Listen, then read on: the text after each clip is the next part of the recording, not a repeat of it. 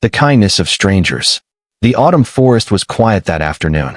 The kind of quiet that makes you feel small. Marcus and his daughter Emma walked along the wooded path together, their feet crunching softly on the fallen leaves. The trees above them had turned brilliant yellow, like nature's way of reminding the world that some things end beautifully. Emma was 10 years old, with dark curly hair and curious eyes. She had learned to love these walks ever since her mother left 3 years ago. Marcus had learned that sometimes, the best conversations with his daughter happened not when they were facing each other, but when they were walking side by side, with the world stretching out ahead of them. "Dad, look at that tree," Emma said, pointing to a massive oak ahead on the path. Marcus smiled. She was always noticing things. That was something he never wanted to change about her. As they drew closer to the oak, Emma suddenly stopped. "Dad, there's someone there." Marcus looked. At first, he saw nothing but shadow and fallen leaves. Then he saw it too. A figure, slumped against the base of the great tree. A woman, motionless. Everything changed in that moment. Marcus's instinct was to protect his daughter. He gently placed a hand on her shoulder. "Stay here for a moment, okay? Just for a second." He moved forward slowly, his heart beating faster than he wanted it to. The woman was still breathing, but barely. She looked to be in her 50s, with blonde hair matted and muddy. There were bruises on her face, dark purple marks that made Marcus's stomach tighten. Her breathing was shallow and irregular. She wore a torn red sweater, and her left arm lay at an unnatural angle. "Call 911, Marcus said quietly to Emma, who had followed him despite his instructions. "Use my phone. It's in my pocket." Emma's hands shook as she took the phone and made the call. Her voice was small but steady as she told the dispatcher about the woman, about the forest, about where they were. She was brave, Marcus thought. So brave. While they waited for the ambulance, Marcus knelt beside the woman. He didn't want to move her too much. He had no idea what injuries she might have. But he wanted her to know she wasn't alone. "Help is coming," he whispered. "You're going to be okay. Just hold on." The woman's eyes flickered open for just a moment. She looked at Marcus, then at Emma. There was something in her expression. Fear, yes, but also something else. Something that looked like recognition. But that didn't make sense. The ambulance arrived in what felt like both seconds and hours. The paramedics moved with practiced efficiency, checking the woman's vital signs, carefully securing her to a stretcher. One of them, a woman with kind eyes, pulled Marcus aside. "Do you know her?" the paramedic asked. "No," Marcus said. "We just found her like this.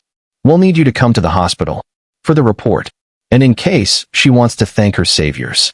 The hospital was bright and sterile and nothing like the peaceful forest. Marcus sat in the waiting area with Emma, who held a juice box and a blanket that a nurse had given her. They didn't talk much. There was nothing much to say. After what felt like a long time, a doctor came out. The woman had a broken arm, cracked ribs, and significant bruising, but no internal bleeding. She was conscious now and asking to see them. The woman's room was quiet. She lay in the hospital bed, her arm in a cast, her face showing the full damage of whatever had happened to her. When she saw Marcus and Emma, tears began to roll down her cheeks. "You saved my life," she said. Her voice was hoarse. "I was in such a dark place. I didn't even know where I was anymore. If you hadn't found me." Marcus didn't know what to say. He just nodded. But then the woman looked directly at Emma. "What's your name, sweetheart?" "Emma," the girl replied softly. The woman closed her eyes. When she opened them again, she was looking at Marcus. "My daughter's name was Emma too," she said. "I haven't seen her in 5 years. I made a lot of mistakes. Choices that pushed her away. After I lost my job, after my marriage fell apart, I thought there was no coming back. Today, in that forest, I genuinely didn't care if I woke up or not. I was just so tired." Marcus felt something shift in his chest. "But then you found me. You too. And your daughter, your Emma. She was so calm, so brave. She didn't judge me. She just helped. And I realized something." The woman's voice cracked. "I realized that people still cared. That goodness still exists in the world.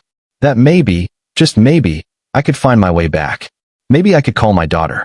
Maybe we could talk." Over the next weeks, they learned her story. Her name was Claire. She had hit bottom on that autumn day, literally and figuratively.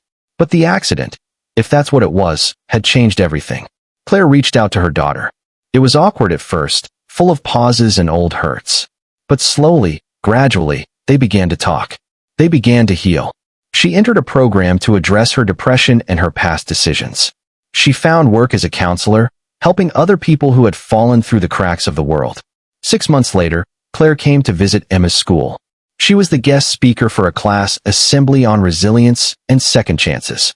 She told the students about that day in the forest, about the man and girl who found her, about how a single act of kindness had given her a reason to live. After her speech, Emma ran up to her. Claire knelt down and hugged her tightly. "Thank you," Claire whispered. "Thank you for saving me. Thank you for letting us help," Emma replied, pulling back to look at her. "I'm glad you're okay now." Marcus watched from across the gymnasium, his throat tight with emotion. Emma looked up and caught his eye. They both smiled at each other, a smile that contained all the things they had learned that autumn. That the world is fragile. That compassion matters. That broken things can sometimes be mended. That a single moment, a single decision to help instead of look away, can change everything. That evening, as Marcus tucked Emma into bed, she said, "Dad, I'm glad we went for a walk that day." Marcus sat on the edge of her mattress and brushed a strand of hair from her forehead. "Me too, sweetheart. Me too. Do you think Claire would have died if we weren't there?" Marcus considered the question carefully. "I don't know," he said honestly. "But I know that we were there, and that we helped. And sometimes, that's enough." Outside, the trees swayed in the wind. The seasons were turning again.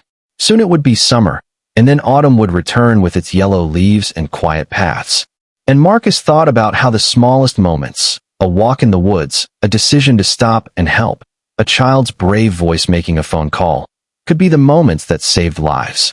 Could be the moments that reminded us all that kindness is never wasted. It echoes forward in ways we cannot always see.